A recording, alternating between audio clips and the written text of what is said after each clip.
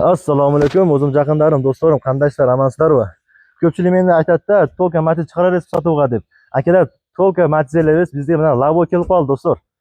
Sveji bo'lgan labo, bir emas, 4 ta labo keldi, do'stlar.